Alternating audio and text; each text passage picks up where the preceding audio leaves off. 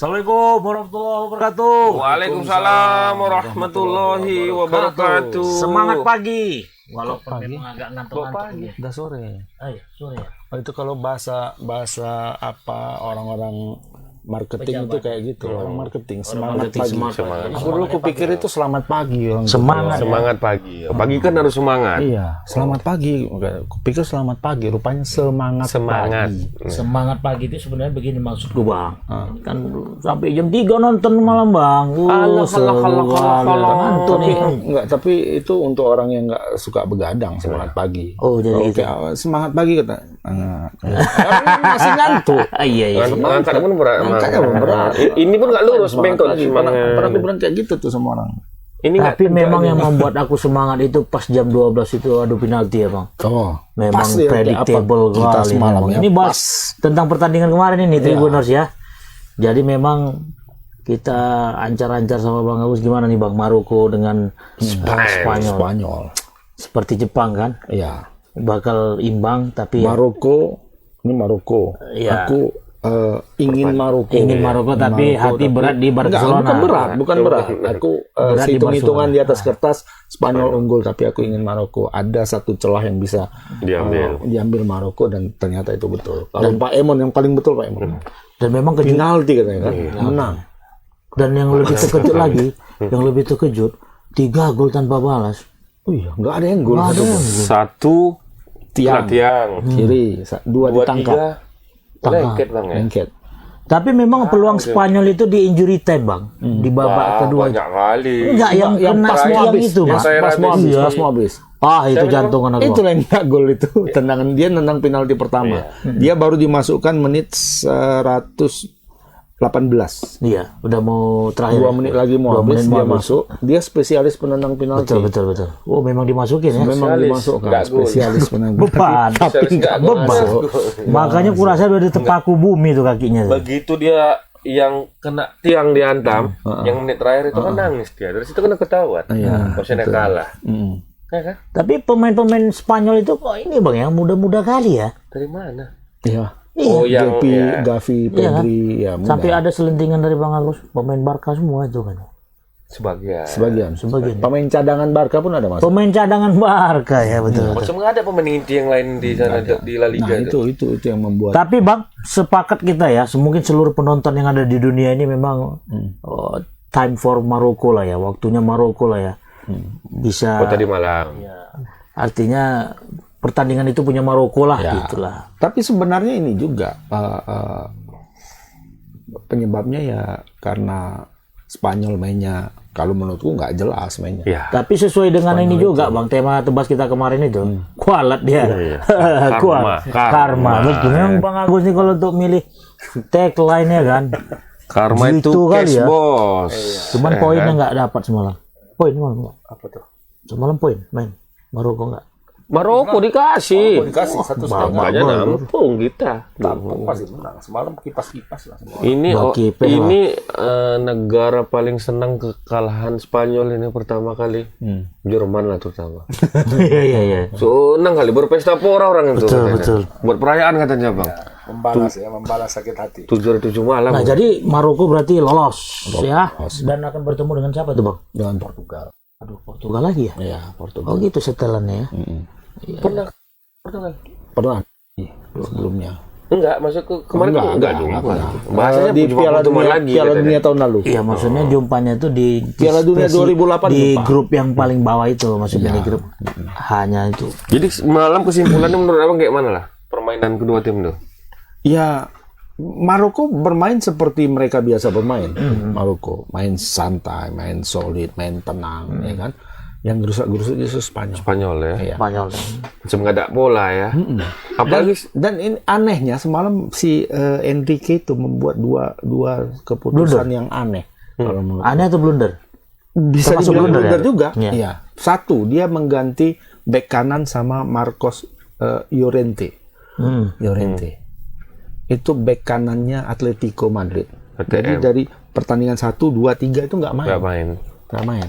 Pertandingan pertama yang main Aspilicueta, ya kan? Pertandingan kedua dan ketiga yang main Dani Carvajal.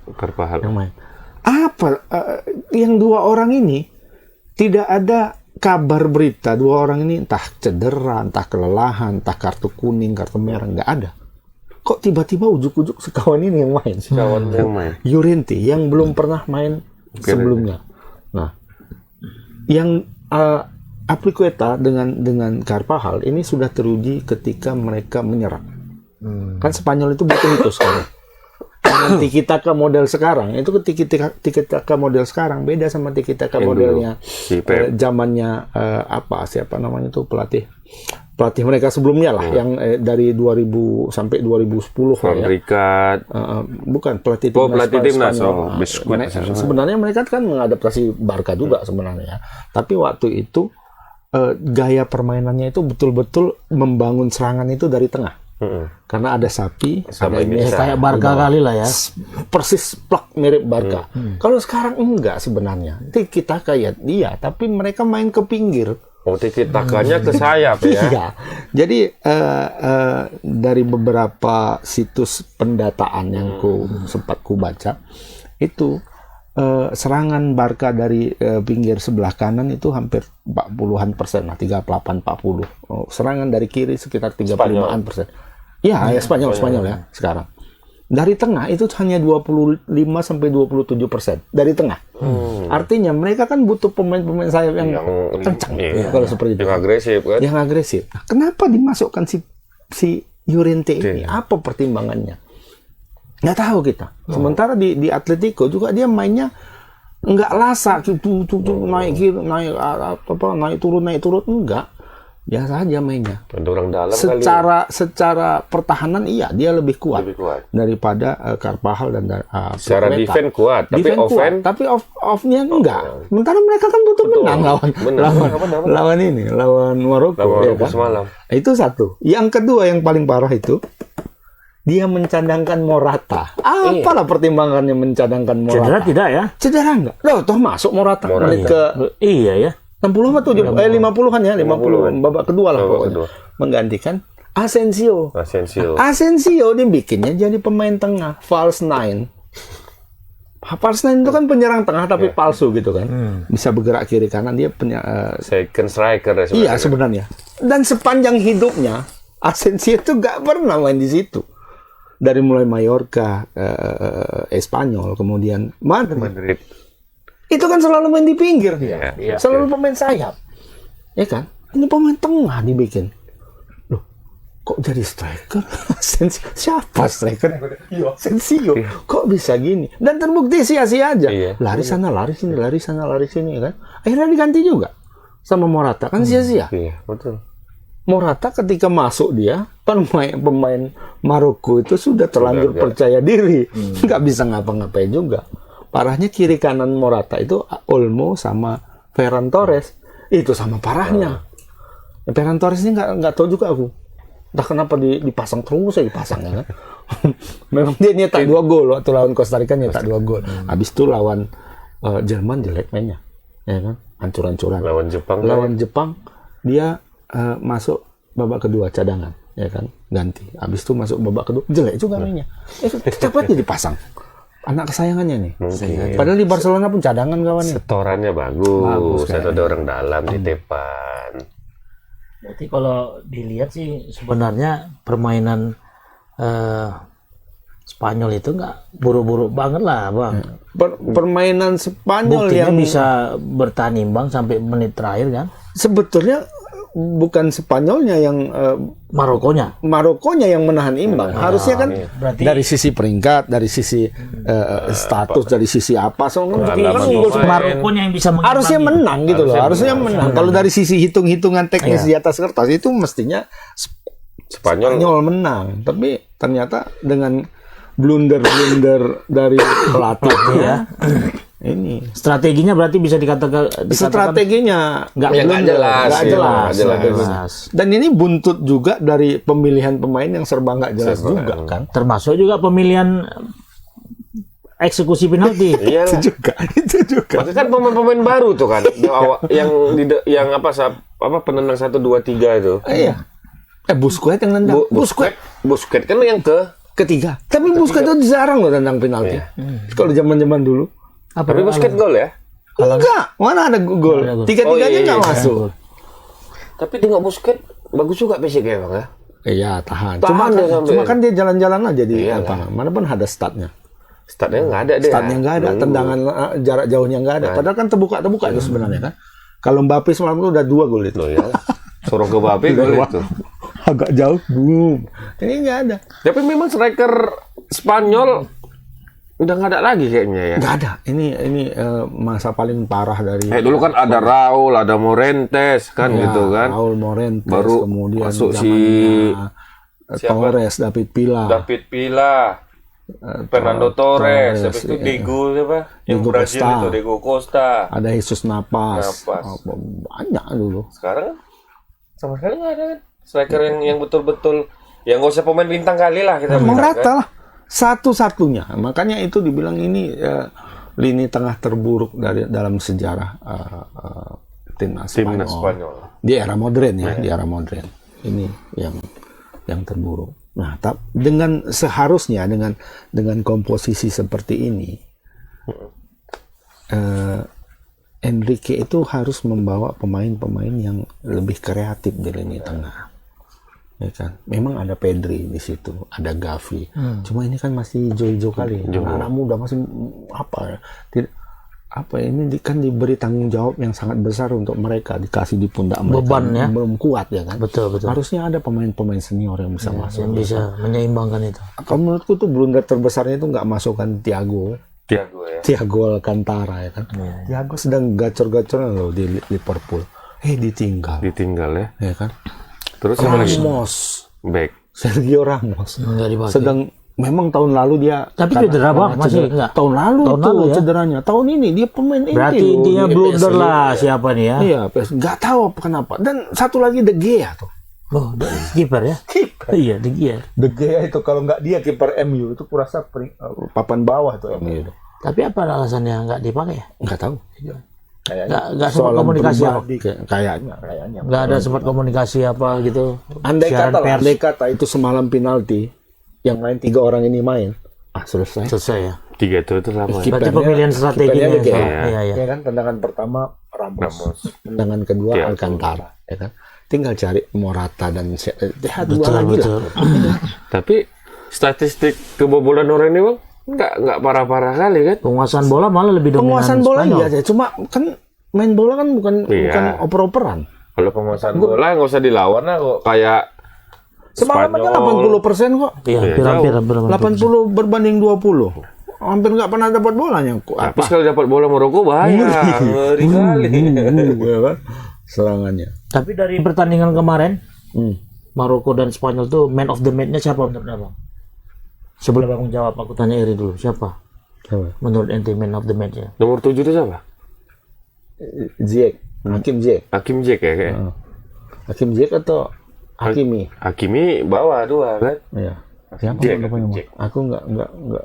Kalau aku sih ini bukan dari kiper lah kalau Bono yang apa. Kalau itu kiper lah. Kadang kalau di FYP-nya TikTok tuh kan Bono nih jadi apa? Tapi gaya-gayanya mirip sama Buffon ya. Iya. Lucu-lucuannya tuh Bono tuh katanya dari Jawa katanya. Iya, ada keturunan. Ada keturunan Jawa. Apa kalau nggak main bola nyanyi dia? Ines Bono. Penyanyi YouTube.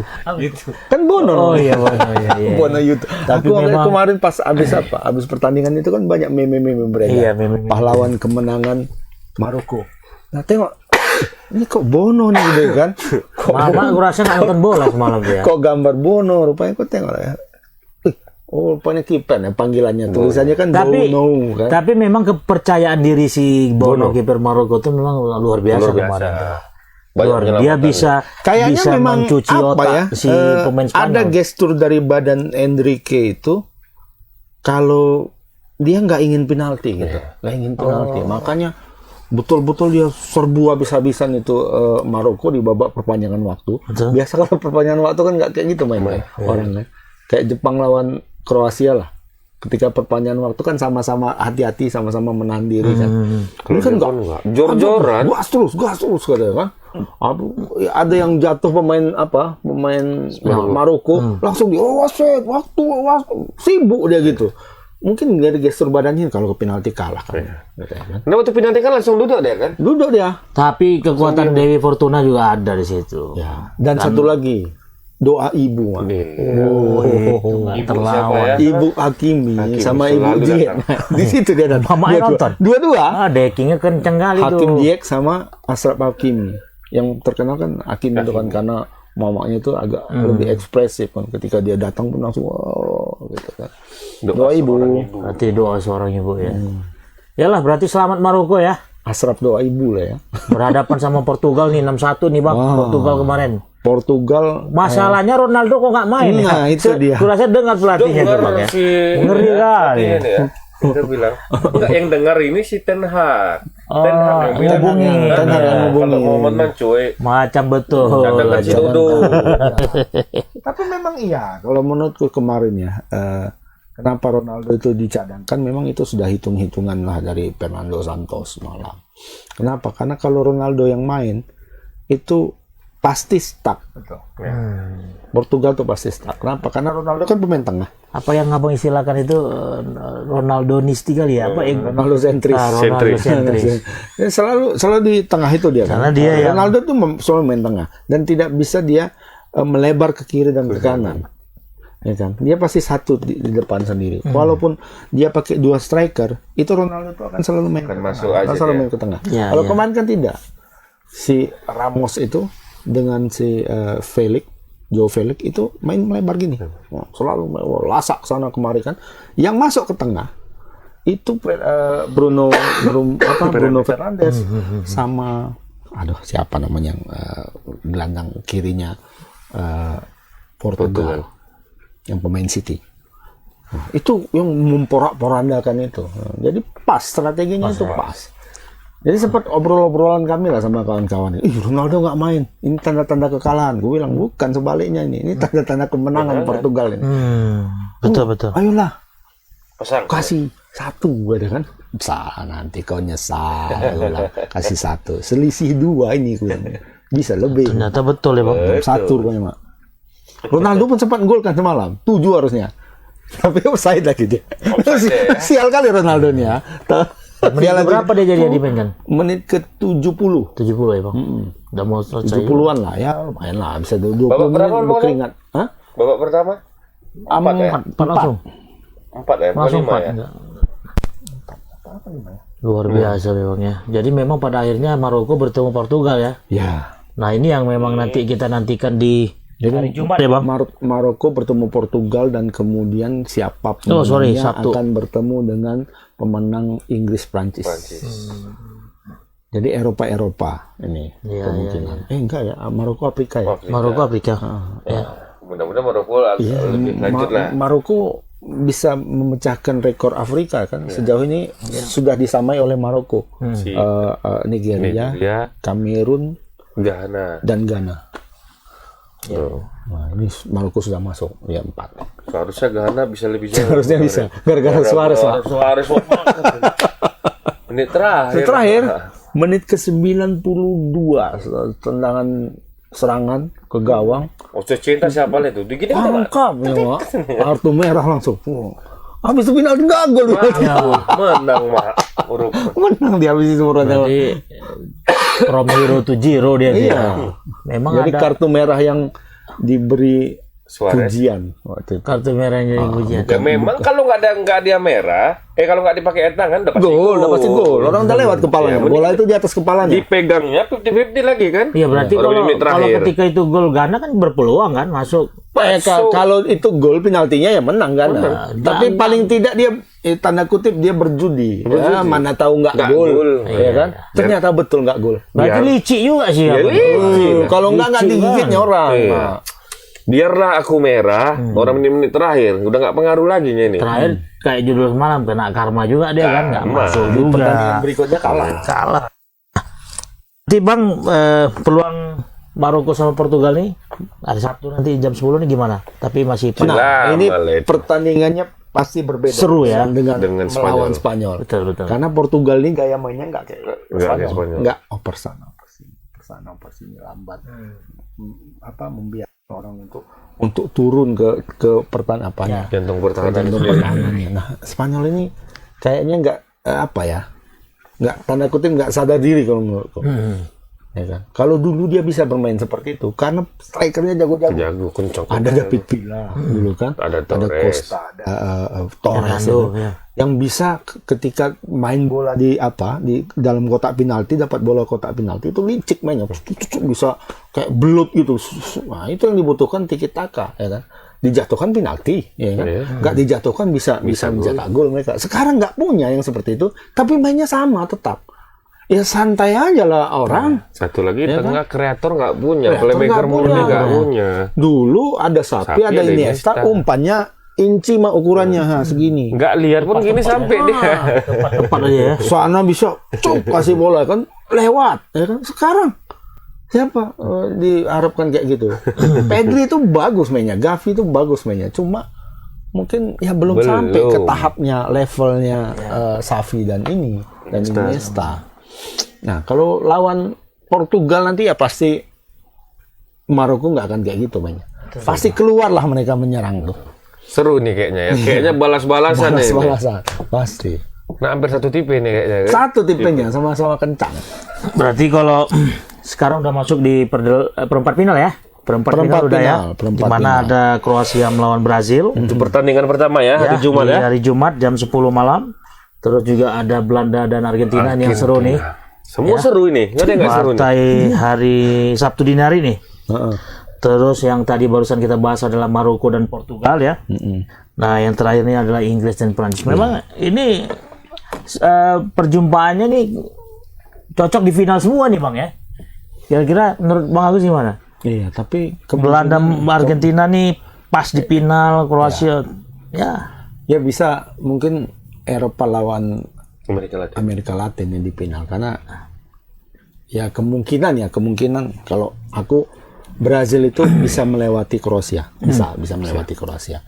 Argentina dengan dengan Belanda itu 50-50. Nah, untuk Brazil kemarin tuh clean sheet ya? Clean sheet? Clean sheet ya? Cuman dia tim yang clean sheet. Enggak, pertandingan terakhir kalah sama Kamerun. Kalah juga ya? Sama Kamerun. Itu yang kita itu satu-satunya yang kita salah, Mak. Berarti salah ada tim negara peserta Piala Dunia yang clean sheet ya? Nggak ada. Itu yang kita salah kemarin, Mak. Betul. Itu yang miss ya? Miss, karena nggak sangka kita si Tite itu berani mengganti 11 pemain. 11 pemain gantinya semua. Termasuk Neymar juga nggak main ya kan? Kalau ada pelatih kiper-kipernya. Iya. Gua rasa kalau pelatihnya ada pelatih cadangan pun gantikan aku lah katanya kan. Berarti main dulu wisata. Berarti bisa jadi Piala Dunia tahun ini ada rekor baru nih Bang. Tidak ada tim yang clean sheet dari pertandingan Piala Dunia sebelumnya. Ya mungkin ditonton sebelumnya kan ada salah satu grup yang ada clean sheet kan. Ini yang ada kebobolan dan kalah semua. Kalah semua. Kalah semua ya. Kalah semua. Ya, iya kan? Ada yang nggak kalah. Kayak Belanda kan nggak kalah. Belanda nggak kalah ya. Nggak ada yang Perancis kan nggak kalah. Perancis kalah. Oh kalah. Perancis kalah juga. Iya. Karena memang lapis kedua ya bang. Inggris nggak kalah. Lapis kedua semua. Iya, ketika namanya mainnya kan waktunya kan dekat ya. Jadi karena kayak Perancis, kayak Brazil kemarin itu sudah memastikan lolos. Jadi yang terakhir gitu. Udah pemain ya untuk pengalaman cadangan lah ya. Cadangan semua. Tapi nggak ada yang kesegilan. Dan pemain inti pun semuanya. Dan pemain inti pun dicadangkan, tarik nafas dulu dia. Semuanya kalau Tite mah. Betul. Apa ini Bremer main, Yesus napas main, tapi yang sial itu Yesus napas. Baru sekali main cedera dia. Dan kena lutut pula katanya. Dan berpengaruh kepada klub nih. Iya, bertanda-tanda Arsenal. Pantas memang Arsenal nih setiap mau masuk ke apa? Kan biasa tuh Bang. Tapi tadi ada kawan kita, John Rees. John Rees kan. Dia bilangnya, ini sial ini kalah nih apa katanya. Kena cedera si lutut. Gabriel Jesus katanya. Jangan-jangan ini karena didukung Barcelona ini katanya. Barcelona lagi. Jadi apapun yang didukung Barcelona itu sial. Cuma Jones masih di bawah 40 ya? Masih. Waduh, gue pikir di atas 50. Masih kita doang. Oke, nah tinggal kita nanti kita tunggulah ya di Jumat. Tapi dari bagannya itu bertemu pemenang antara Maroko dengan Portugal itu nanti ketemu Inggris lawan Perancis. Ya. Pastinya tim yang kuat lah pasti yang memenangkan pertandingannya. Ini udah kuat-kuat semua nih. Kuat mah, nggak ada lagi, nggak ada Meksiko lagi. Betul. Nggak ada apa. Karena efek daripada Piala Dunia ini memang udah mulai terasa, Bang. Badan udah pegel-pegel ya kan, kawan pun udah batuk-batuk. Nggak bisa semangat gitu, pagi lagi lah ya. Karena terlalu banyak kali ngirup apa. Semangat pagi. Semangat. Tapi jangan kecapean kali mah. Jangan. Bengkok deh nggak gini. Yang kecapean. Nanti kayak Lord Rangga. Oh iya, berita duka nih ya. Iya, berita duka kita mengucapkan ke sahabat bela Mama, sungkawa Besti Mama. juga. Ya, katanya karena Lord Rangga tuh apa? Kecapean. Sakit ya? Pak dirawat rumah sakit kan? Karena kecapean, habis staminanya drop, kemudian mungkin apalah ya. Udah ajalnya yang penting, Bang. Ya, pasti. Udah ajalnya yang penting. Sudah perjanjian juga kan? Sudah perjanjian orang. Tapi pertanyaannya ini Sunda Empire bagaimana setelah orang? Ada ini nggak putra mahkota? Ada Putra Mahkota dia ada. Ada ya penggantinya ya? Ya mungkin bisa Lord ini Ramon yang bisa mengganti Jauh sebagai lah. Besti. Karena menyeberangin pulau. Terlalu jauh kita. Keturunan Gajah Mada, Mama. Jalan Gajah Mada. Nggak jauh. Ya. Gajah Mada ya. Sering beredar ya. Oh, sering. Kalau malam masih. Malam lewat. Iya. Masih ada kan? Masih. Ya. Nggak ada lagi. gitu. Nggak ada lagi jalan Gajah Mada. Ada udah bersih. Pinggir-pinggir jalan. Pinggir-pinggirnya dia. Lumayan lah sekarang udah mulai rapi Kota Medan ya. Oh ini ganti hasil BWF Bang ya? Oh iya, hasil BWF juga. Kita sedikit menyinggung hasil BWF. Tanpa diduga Gregoria Mariska Tunjung menang lawan CNUP. Aku sempat bilang tuh sama kawan-kawan ada beberapa, "Mak jadi tapel ini Grego ini." Aku bilang. Tapi memang payah sekarang ngalahkan si Grego nih. Satu grup dia CNUP, Anseong, Akane. wah, aduh, Satu grup. Jadi kalau BWF ini beda sama kejuaraan. Ini Gregor yang mana ini? Yang pemain wasit. Gregor Mariska Tunjung. Bukan yang main apa itu ya? MMA. MMA. Gregor.